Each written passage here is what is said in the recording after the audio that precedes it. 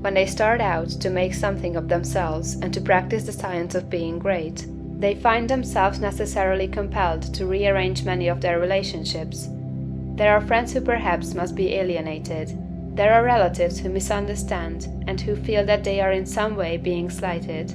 The really great man is often considered selfish by a large circle of people who are connected with him and who feel that he might bestow upon them more benefits than he does.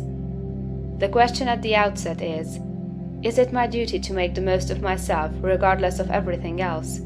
Or shall I wait until I can do so without any friction or without causing loss to anyone? This is the question of duty to self versus duty to others. One's duty to the world has been thoroughly discussed in the preceding pages, and I give some consideration now to the idea of duty to God. An immense number of people have a great deal of uncertainty, not to say anxiety, as to what they ought to do for God. The amount of work and service that is done for Him in these United States in the way of church work and so on is enormous. An immense amount of human energy is expended in what is called serving God. I propose to consider briefly what serving God is, and how a man may serve God best, and I think I shall be able to make plain that the conventional idea as to what constitutes service to God is all wrong. When Moses went down into Egypt to bring out the Hebrews from bondage, his demand upon Pharaoh, in the name of the deity, was, "Let the people go that they may serve me." He led them out into the wilderness, and there instituted a new form of worship, which has led many people to suppose that worship constitutes the service of God, although later God Himself distinctly declared that He cared nothing for ceremonies, burnt offerings, or oblation, and the teaching of Jesus, if rightly understood, would do away with organized temple worship altogether. God does not lack anything that man may do for Him with their hands or bodies or voices. St. Paul points out that man can do nothing for God does not need anything. The view of evolution that we have taken shows God seeking expression through man. Through all the successive ages in which His Spirit has urged man up to the height, God has gone on seeking expression. Every generation of man is more godlike than the preceding generation. Every generation of man demands more in the way of fine homes, pleasant surroundings, congenial work, rest, travel, and opportunity for study than the preceding generation. I have heard some short-sighted economists argue that the working people of today ought surely to be fully contented because their condition is so much better than that of the working man 200 years ago, who slept in a windowless hut on a floor covered with rushes in company with his pigs.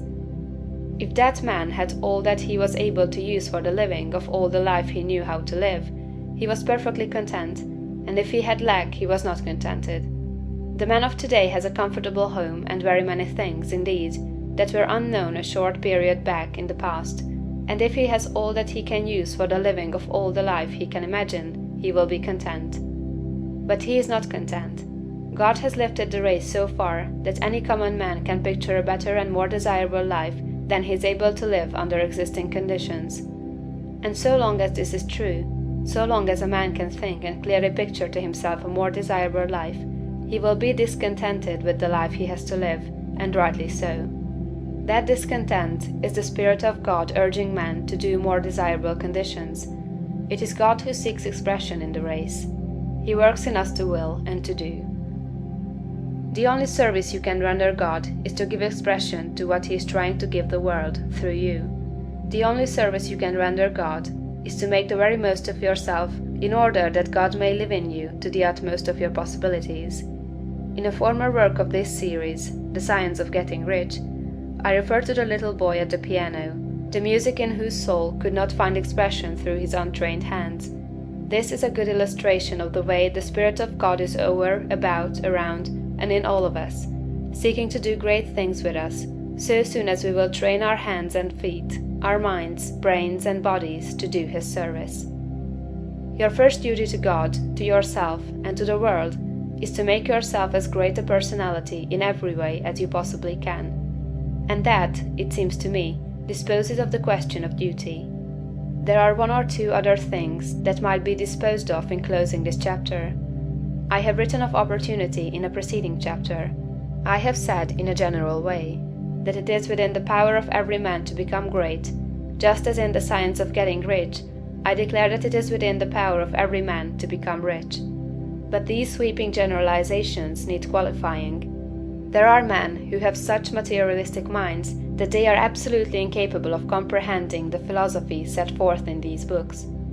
There is a great mass of men and women who have lived and worked until they are practically incapable of thought along these lines, and they cannot receive the message. Something may be done for them by demonstration, that is, by living the life before them. But that is the only way they can be aroused. The world needs demonstration more than it needs teaching. For this mass of people, our duty is to become as great in personality as possible, in order that they may see and desire to do likewise. It is our duty to make ourselves great for their sakes, so that we may help prepare the world, that the next generation shall have better conditions for thought. One other point. I am frequently written to by people who wish to make something of themselves and to move out into the world, but who are hampered by home ties, having others more or less dependent upon them, whom they fear would suffer if left alone. In general, I advise such people to move out fearlessly, and to make the most of themselves.